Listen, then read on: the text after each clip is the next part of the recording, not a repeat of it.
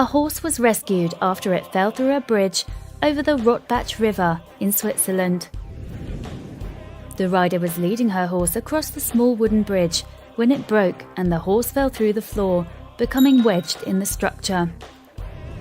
A vet attended the scene and sedated the animal while members of the local fire service used pulleys to free it from the bridge.